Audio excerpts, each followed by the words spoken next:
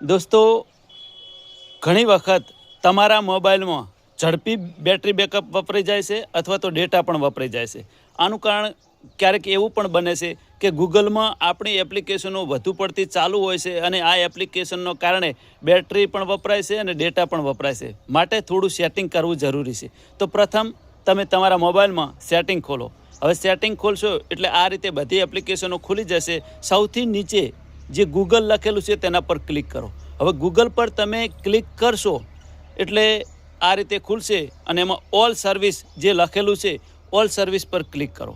હવે all service પર તમે ક્લિક કરશો તો પર્સનલ યુઝિંગ શેર ડેટા આવું લખેલું છે, તેના પર ક્લિક કરો.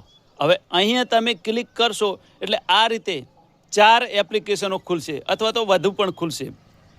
તો હવે જે વાદળી બતાવતું હોય તો એ 4ને બંધ કરો, કારણ કે ગૂગલમાં તમારી એપ્લિકેશનો ચાલુ છે તેના કારણે વધુ પડતી બેટરી પણ વપરાય છે અને ક્યારેક ડેટા પણ વપરાઈ જતો હોય છે. હવે આ 4 ઓપ્શન બંધ કર્યા પછી ફરીથી બેકઅપ આવી જો અને યુઝ એન્ડ ડઝ નોટ લખેલું છે તેના પર ક્લિક કરો.